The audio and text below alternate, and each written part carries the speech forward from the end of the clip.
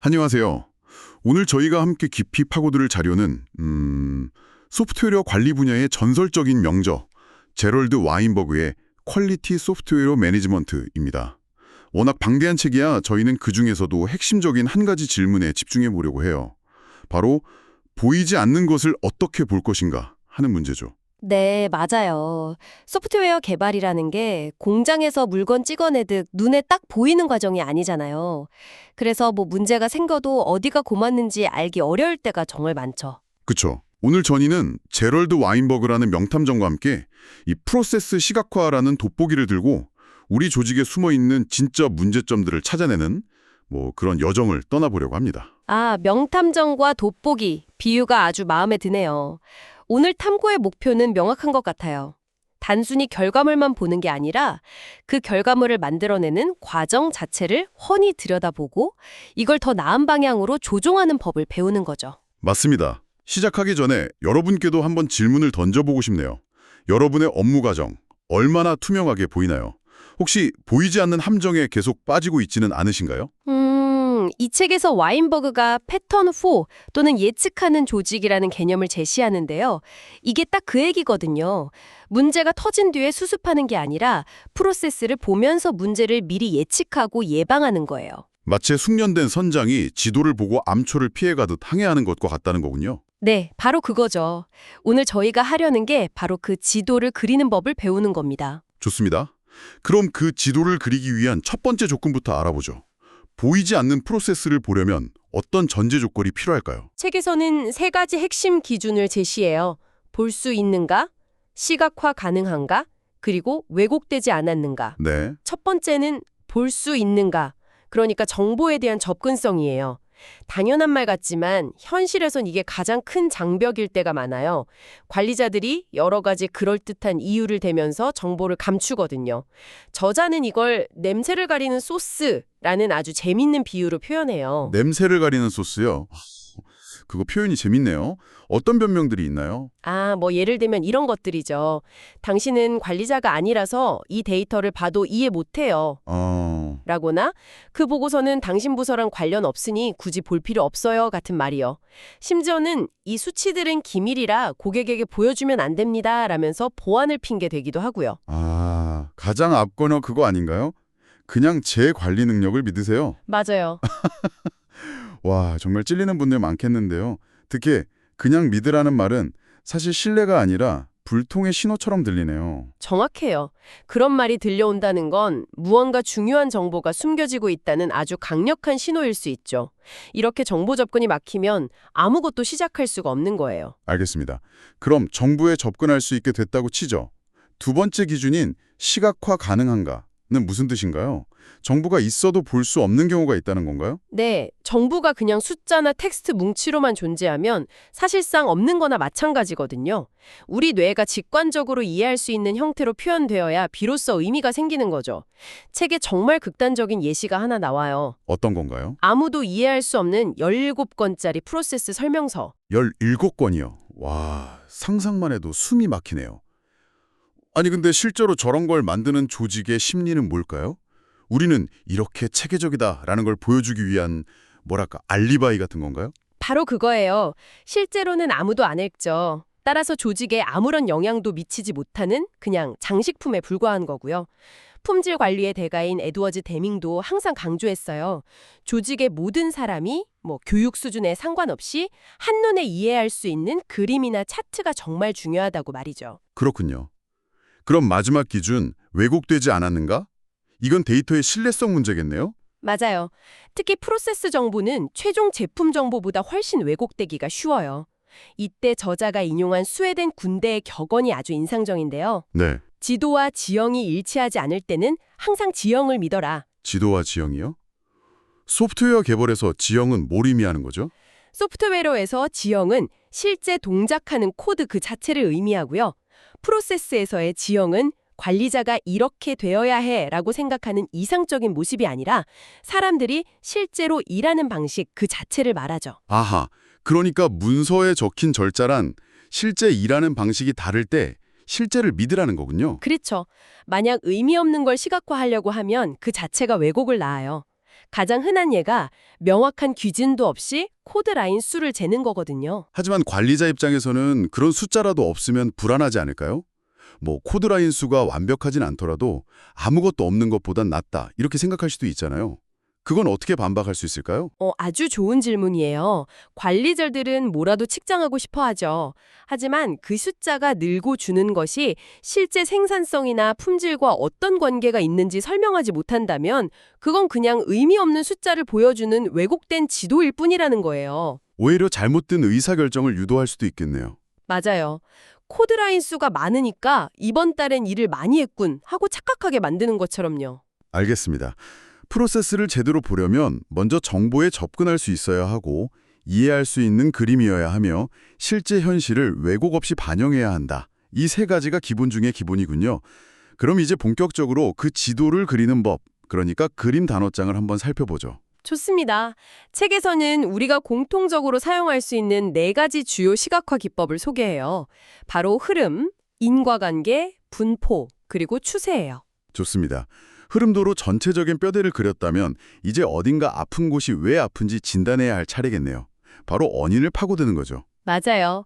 어떤 문제가 발생했을 때 그 근본 원인을 찾아 들어가는데 아주 유용한 도구들이죠. 대표적인 게 PC본 차트.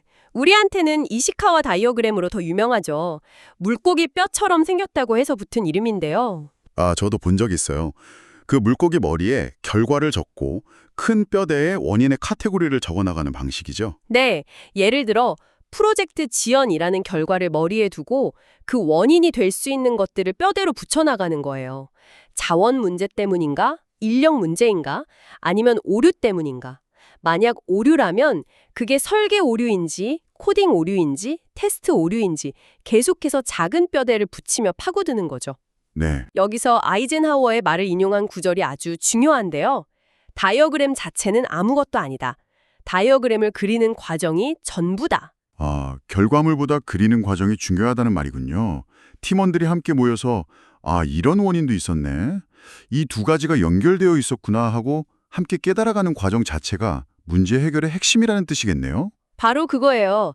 혼자서는 절대 볼 수 없었던 문제의 전체 그림을 함께 그려나가는 거죠. 인과관계를 보여주는 또 다른 도구로 산점도가 소개되는데 여기서 정말 흥미로운 사례가 나오죠.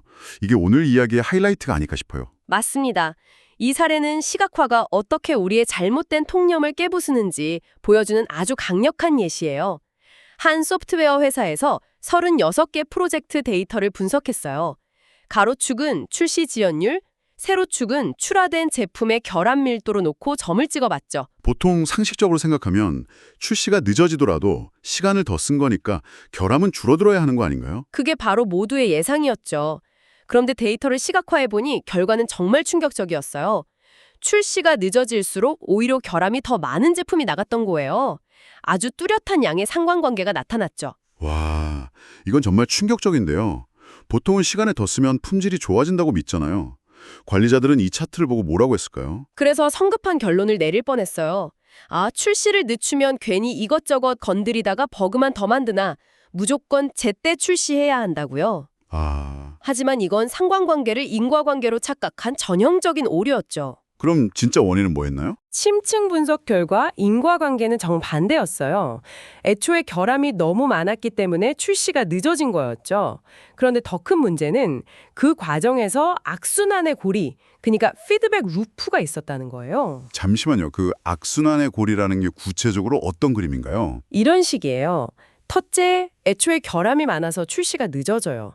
둘째, 늦어지니까 관리자는 조급해져서 원래 계획에 없던 충분히 테스트되지 않은 새로운 기능을 막 우겨 넣어요.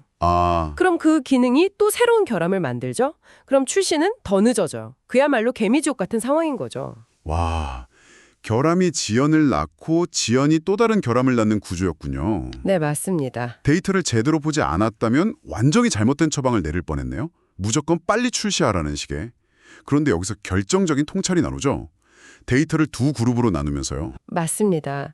관리자들이 데이터를 자세히 들여다보니까 36개 프로젝트가 사실은 두 가지 다른 프로세스로 진행됐다는 걸 발견했어요. 하나는 예전 방식인 테스트 기반 프로세스였고 다른 하나는 새로 도입한 리뷰 기반 프로세스였죠. 프로세스가 달랐군요. 네. 이 둘을 구분해서 산점도를 다시 그리자 완전히 다른 그림이 나타났어요. 기존의 테스트 기반 프로세스는 여전히 지연과 결함 사이에 강한 상관관계를 보였지만 새로운 리뷰 기반 프로세스는 출시가 지연되더라도 결함 밀도가 거의 늘어나지 않았던 거예요. 와, 대단하네요. 진짜 범인은 지연이 아니라 엉망인 프로세스였다는 걸 데이터가 명확하게 보여준 거네요. 시각화를 통해 프로세스를 개선하는 것이 진짜 문제 해결의 열쇠임을 증명한 순간이었군요. 그렇죠. 단순한 차트 하나가 조직 전체의 방향을 바꾼 결정적인 계기가 된 거죠. 그럼 세 번째 도구인 분포로 넘어가 보죠. 이건 앞선 산점도 분석을 더 명확하게 보여주는 역할을 하더라고요. 네, 히스토그램을 통해 두 프로세스의 차이를 극명하게 보여줘요. 먼저 출시 지연 시간 분포를 보니까 두 프로세스 간에 큰 차이가 없었어요. 둘 다 비슷하게 늦어졌다는 거죠. 네. 하지만 결함 밀도 분포를 비교하자 이야기가 완전히 달라져요. 리뷰 기반 프로세스는 결함 밀도가 낮은 쪽에 압도적으로 몰려 있고 분포의 폭도 훨씬 좁아요. 아, 그러니까 리뷰 기반 프로세스는 그냥 평균 결함수만 낮춘 게 아니라 결과의 편차, 즉 불확실성까지 크게 줄였다는 의미네요. 어떤 프로젝트는 잘 되고 어떤 건 망하는 게 아니라 대부분 예측 가능한 범위 안에서 좋은 결과가 나왔다는 거군요. 정확해요. 이게 바로 관리 가능한 프로세스의 특징이죠. 히스토그램의 변형으로 파레토 차트도 있는데 이건 막대들을 크기 순으로 정렬해서 보여지는 거예요. 흔히 말하는 80-20 법칙처럼 어떤 문제가 가장 빈번하게 발생하는지, 그래서 어디에 노력을 집중해야 가장 효과적인지 직관적으로 보여주죠. 알겠습니다. 자, 마지막 네 번째, 추세입니다. 이건 시간의 흐름에 따른 변화를 보는 거겠군요. 맞아요. 추세 차트의 유용성을 보여주는 고객 만족도 조사 사례가 아주 인상적이에요.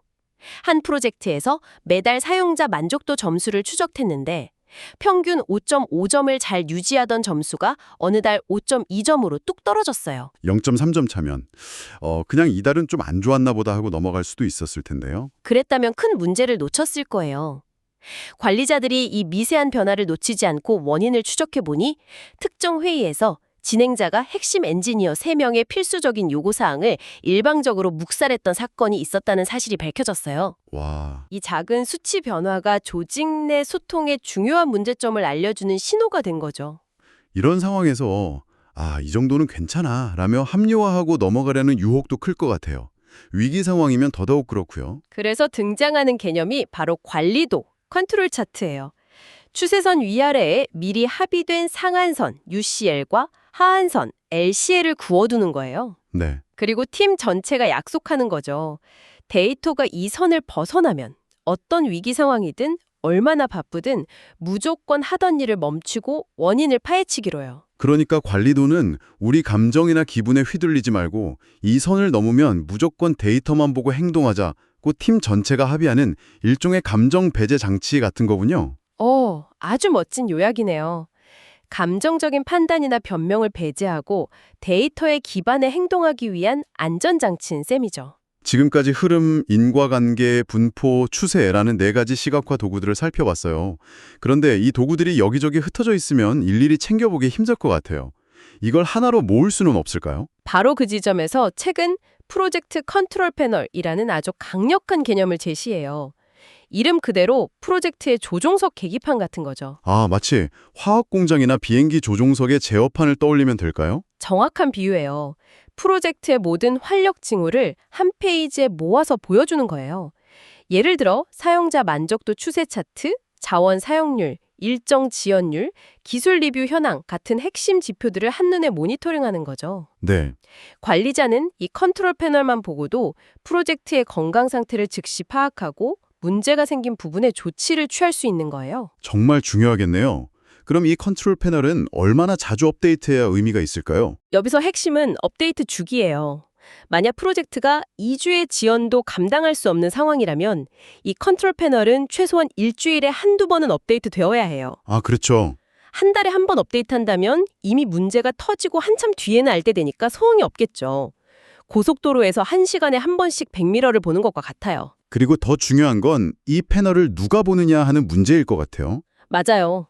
가장 이상적인 건 이 패널을 프로젝트에 참여하는 모든 구성원이 볼 수 있는 곳에 게시하는 거예요. 관리자 혼자 보는 비밀 정보가 아니라요. 그러면 모두가 주인의식을 갖고 우리 만족도 점수가 떨어지고 있네? 일정이 조금씩 밀리는데 괜찮을까? 하면서 프로젝트 성공을 위해 함께 관리하는 문화를 만들 수 있는 거죠. 오늘 이야기를 정리해 볼까요? 결국 눈에 보이지 않는 소프트웨어 개발 프로세스라는 것을 흐름도, 산점도, 관리도 같은 다양한 시각적 언어로 표현하는 것이 핵심이군요. 네. 이를 통해 우리는 더 이상 어림짐작이나 감이 아닌 데이터라는 지도에 기반해서 문제를 진단하고 더 나은 방향으로 프로세스라는 배를 조종할 수 있게 되는 거고요. 이것이 바로 저자가 말하는 예측하는 조직, 즉 패턴4 문화의 본질이에요. 문제가 터진 뒤에 허둥지둥 반응하는 소방수 역할에서 벗어나서 컨트롤 패널에 나타나는 프로세스의 활력 징후를 보면서 문제를 미리 예측하고 예방하는 일종의 의사의 역할로 나아가는 것이죠. 오늘 이야기가 여러분의 업무를 돌아보는 좋은 계기가 되었으면 합니다. 마지막으로 여러분이 스스로에게 던져볼 질문을 하나 남기며 마무리할게요. 만약 당신의 현재 업무나 팀을 위해 딱 한 페이지짜리 프로젝트 컨트롤 패널을 만들어야 한다면 어떤 활력 징후들을 반드시 포함시키겠습니까? 그리고 그 선택은 당신과 당신의 조직이 진정으로 무엇을 중요하게 생각하는지에 대해 무엇을 말해주나요?